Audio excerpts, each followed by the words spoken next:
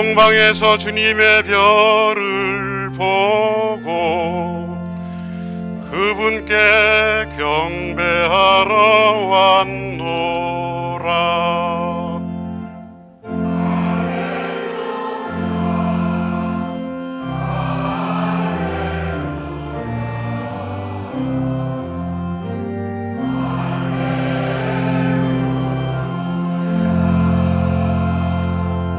주님께서 여러분과 함께 또한 사제의 영과 함께 마테오가 전한 거룩한 복음입니다. 주님 영광 받으소서.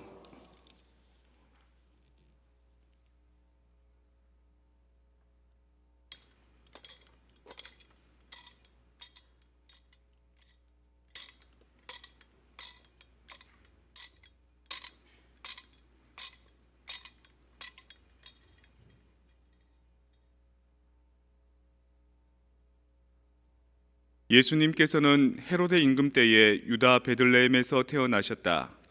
그러자 동방에서 박사들이 예루살렘에 와서 유다인들의 임금으로 태어나신 분이 어디 계십니까?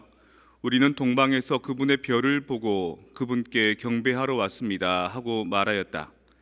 이 말을 듣고 헤로데 임금을 비롯하여 온 예루살렘이 깜짝 놀랐다. 헤로데는 백성의 수석 사제들과 율법학자들을 모두 모아놓고 메시아가 태어날 곳이 어디인지 물어보았다. 그들이 헤로데에게 말하였다. 유다 베들레헴입니다. 사실 예언자가 이렇게 기록해 놓았습니다. 유다 땅 베들레헴아, 너는 유다의 주요 고을 가운데 결코 가장 작은 고을이 아니다. 너에게서 통치자가 나와 내 백성 이스라엘을 보살피리라. 그때 헤로데는 박사들을 몰래 불러 별이 나타난 시간을 정확히 알아내고서는 그들을 베들레헴으로 보내면서 말하였다. 가서 그 아기에 관하여 잘 알아보시오. 그리고 그 아기를 찾거든 나에게 알려주시오. 나도 가서 경배하겠소. 그들은 임금의 말을 듣고 길을 떠났다. 그러자 동방에서 본 별이 그들을 앞서가다가 아기가 있는 곳 위에 이르러 멈추었다. 그들은 그 별을 보고 더없이 기뻐하였다. 그리고 그 집에 들어가 어머니 마리아와 함께 있는 아기를 보고 땅에 엎드려 경배하였다. 또 보물 상자를 열고 아기에게 황금과 유향과 모략을 예물로 드렸다. 그들은 꿈에 헤로데에게 돌아가지 말라는 지시를 받고 다른 길로 자기 고장에 돌아갔다. 주님의 말씀입니다. 그리스도님 찬미합니다. 평화를 빕니다. 평화를 빕니다. 여러분들 성탄절 때 선물한다고 고민 안 하셨습니까? 저한테도 선물 많은 분들이 주셨는데 선물 이렇게 보면 야 정말 고민 많이 했다 이런 생각 많이 들더라고요.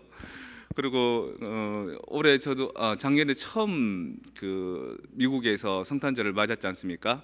제일 그 인상적이었던 거는 성탄절 아침에 해가 환하게 맑게 떠 있다는 거, 그리고 별로 춥지 않다는 거, 이게 저한테는 되게 인상적이었습니다. 그리고 아직은 그 성탄절에 미국에 사는 분들의 삶은 잘 모르겠지만 영화 같은 데 보면 성탄절 되면은 집에도 성탄 트리 장식해두고 선물 쌓아두고 또 꼭 그때 되면 애들이 무슨 학교회 같은 발표회 하더라고요. 또 엄마 아빠들은 거기 쫓아가서 별로 시덥지도 않은 공연을 지켜봐야 되고 박수 쳐줘야 되고 애들은 그 공연하면서 자기 부모님 왔나 이렇게 살피고 그런 것들을 이렇게 봤습니다. 그만큼 성탄절이 우리한테 예수님이 오셨다, 구세주가 오셨다, 내 인생이 이제 한 해의 삶이 다 이제 치유되고 용서되고 새해에는 새로운 삶으로 거듭나리라 이런 마음보다도 이 성탄절에 사람 노릇한다고 되게 바쁜 것 같습니다. 그 결혼식이나 장례식 때 사람 노릇하려고 이제 가야 되고 부조하는 것처럼요. 그래서 동방 박사들 이렇게 보니까 손에 뭐 하나씩 들고 있지 않습니까?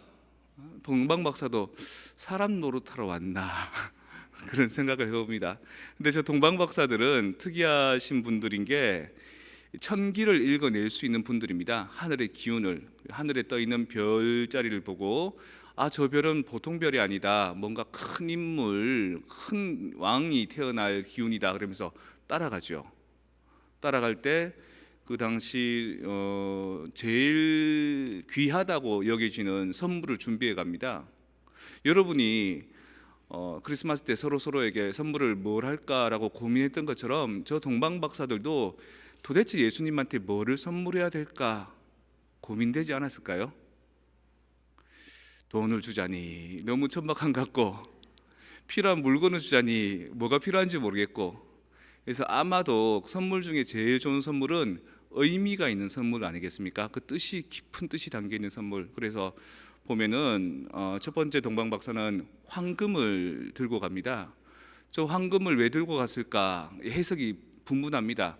어떤 사람들은 마리아와 요셉이 가난했기 때문에 아들 예수를 봉헌할 때 다른 집은 황소나 뭐 양을 봉헌할 수 있었는데 아들 예수를 봉헌할 때는 비둘기, 산비둘기, 집비둘기, 제일 작은 짐승 봉헌했지 않습니까? 가난한 집안이란 거죠. 그래서 황금을 가져갔다 이렇게 해석하는 사람도 있습니다. 교부들 중에.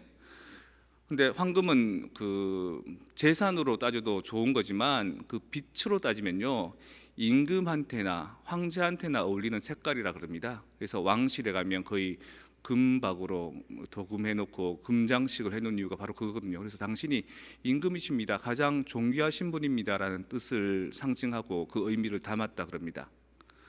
그리고 또 두 번째는 유향을 가져갑니다. 유향은 아라비아 반도 쪽에 가면 유향나무가 있답니다. 그 나무를 추출해서 마치 우리가 고무나무에서 고무 뽑듯이 그런 나무를 좀 이렇게 손질해서 아주 그 추출을 하면 약간 찐득찐득 끈적끈적한 향이 나온다고 합니다. 향료가. 그래서 유향나무를 일컬어서 인센스라고 하기도 하고요. 우리가 지금 미사 때 우리 분향했죠. 분향 그거를 사러 가면 그 코터나 이런 데 가면은 인센스 달라고 그래야 됩니다.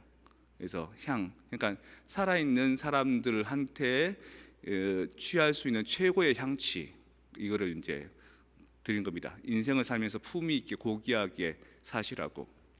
그리고 마지막이 모략인데요. 모략이 뭘까 저도 한번 찾아봤습니다. 물론 외국어는 아니고요, 한자로 봤더니만 야, 몰인정하네. 또 아유 저런 몰상식한 사람 이렇게 할 때 그 몰자를 씁니다. 근데 그 몰자를 쓰는데 뒤에 약자를 씁니다. 그래서 아마 그 뜻 그대로는 아닌데 저 모략은 그 주로 언제 쓰냐면요, 방부 효과가 되게 강하다 그럽니다. 그래서 벌레 이런 것들이 못 끼게 하고요. 그래서 어떤 사람들은 마구간이기 때문에 유향으로 똥냄새 이렇게 없애고 또 벌레들이 있지 않을까, 그래서 그런 것들을 예수님으로부터 보호하기 위해서 모략을 썼다 이렇게 해석하는 사람도 있고요. 또 어떤 사람은 예수님의 죽음, 모략은 마지막에 사람이 죽을 때 방부로 이렇게 씁니다. 쓰면은 그 시신이 잘 썩지 않기도 하고요. 또 다른 어떤 썩어갈 때 그 썩은 냄새와 그 역하지 않게 되는 그런 거. 그러니까 예수님의 생애의 가장 존귀한 삶, 그리고 죽음을 맞이할 때 그 거룩한 죽음, 그리고 인생에서 공생활할 때 그 삶, 이런 것들을 상징한다고 얘기하기도 합니다.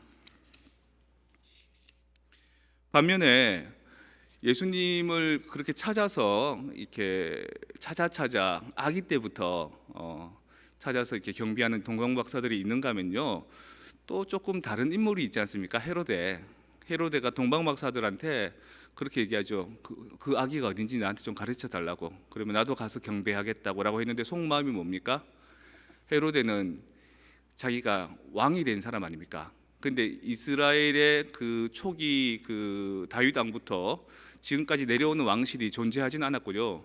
그 한국에서도 옛날에는 뭐 삼국 시대가 있고 고려 시대가 있고 조선 시대가 있었던 것처럼 단절된 왕조들이 있었습니다. 첫 왕조가 다윗 왕조였고요. 그것이 이제 바빌론 유배로 인해서 완전히 왕조가 단절돼 버립니다.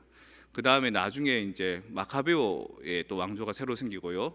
그러고 난 뒤에 또 로마가 쳐들어와서 새로 이제 왕이 생기는데 그 왕이 이제 헤로데 대왕입니다. 헤로데 왕이 능력이 좋아서가 아니라 돈을 주고 삽니다. 로마에다가 그렇게 왕이 된 사람이니까 큰 돈 들여서 내가 왕노릇 좀 해보려고 그랬는데 세세대대로 우리 집안이 왕가의 집안이 되려고 그랬는데 정적이 나타난 거죠. 어릴 때부터 이렇게 주목받는 사람 약간 제거하려고 그랬던 겁니다. 그래서 그 무죄한 어린이들을 위한 미사 이런 게 있지 않습니까? 그 예수님을 못 찾아서 예수님을 제거를 못 하니까 그때 그 근방에 태어난 아기들을 모두 다 헤로데가 죽여버립니다. 그만큼 이제 자기 왕권에 자기의 이 현세의 야욕에 욕심이 많았던 거죠. 그래서 어떤 이들은 멀리서부터 예수님의 기운을 알아채고 찾아와서 자기들이 준비할 수 있는 최고의 선물을 준비해서 드리기도 하지만 어떤 이는 예수님이 오셨을 때 그야말로 예수님과 반대되는 오히려 예수님을 자기 인생에서 없애버리려는 시도를 하기도 한다는 겁니다. 그거는 오늘날 이 세상에도 마찬가지겠죠. 예수님에 대해서 미리 알고 구원해 주시기를 기다리고 내 삶이 지금 여러 가지 부족하고 죄가 많지만 예수님을 통해서 내가 한번 다시 거듭나리라 라고 이곳에 이렇게 모여오신 분들이 있는가 하면 예수가 구원만 주면 뭐해? 예수가 1,000,000원, 1억 원은 줘야지 이런 사람도 있을 거 아닙니까? 구원짜리 뭐 소용이 있어. 저는 이번 성탄 때 그 가장 귀한 선물이 무엇이냐, 조금 늦었지만 성탄에서 조금 늦었지만 늦은 선물을 좀 받았습니다. 어떤 분이 십자수 이렇게 직접 하셔가지고요, 이거를 만든다고 늦었답니다. 카드는 미리 썼는데. 그래서 늦게 받았습니다.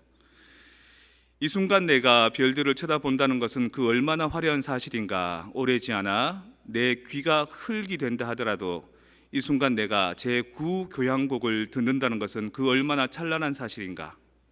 피천덕의 이 순간 중에서라는 부분을 이렇게 먼저 발췌해 쓰셨고요. 이 글을 읽으면서 한순간 한순간을 올곧게 살아 한 인생이 됨을 알았습니다. 사랑하올 신부님, 가정 풍파와 체험을 경험하신 신부님이신 것 같은데도 귀공자다운 아름다운 풍모와 마음을 갖추고 계신 신부님께 감사와 찬미를 드립니다. 마르타처럼 너무 무리하지 않으셨으면 하고 바랍니다. 해피 뉴 이어. 이렇게 여러분들은 이게 어떻게 다가오는지 몰라도요, 저는 이게 저 황금과 유향과 모략 같은 느낌으로 다가옵니다. 저에 대해서 깊이 있게 이해를 해주시는 거죠. 깊이 있게 지켜봐 주시고 제가 평소에 했던 강론이나 이야기를 통해서 제 삶이 그렇게 순탄하지만은 않았다라는 것들을 이제 안타깝게 이렇게 여겨주시는 거죠. 그런데 내가 갖고 있는 풍모는 황금의 풍모처럼, 유향의 풍모처럼, 모략의 풍모처럼 귀한 공자와 같은 느낌이 듭니다. 이렇게 또 이렇게 칭찬해 주시고요. 그리고 마지막에 마르타처럼 너무 바쁘게 바지런하게 한다고, 중요하지 않는 것 한다고 건강 상하지 않았으면 좋겠습니다. 신부할 만 납니다. 이분만 아니라 여러분들도 다 그런 마음이라고 저는 또 짐작하고요. 그래서 제가 처음 왔을 때하고 지금하고는 여러분들의 눈빛이 달라집니다. 여러분들의 표정도 달라지고요. 제가 마주 대했을 때 여러분들의 그 웃는 모습, 여러분들의 눈빛 상당히 호의 있고 우리 안에 이제 라포가 형성이 됐다라는 느낌이 듭니다. 근데 이런 느낌들은 저하고 여러분만 가져서는 안 되겠죠. 우리 신앙생활하면서 예수님 바라보다가 신부님하고만 사랑하려고 여기 오신 건 아니잖아요.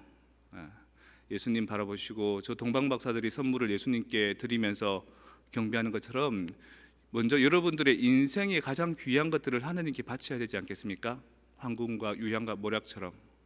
그리고 여러분들에게 가장 소중한 것을 여러분들 가족과 나누어야 되지 않겠습니까? 자녀와 아내와 남편과 부모에게, 형제에게.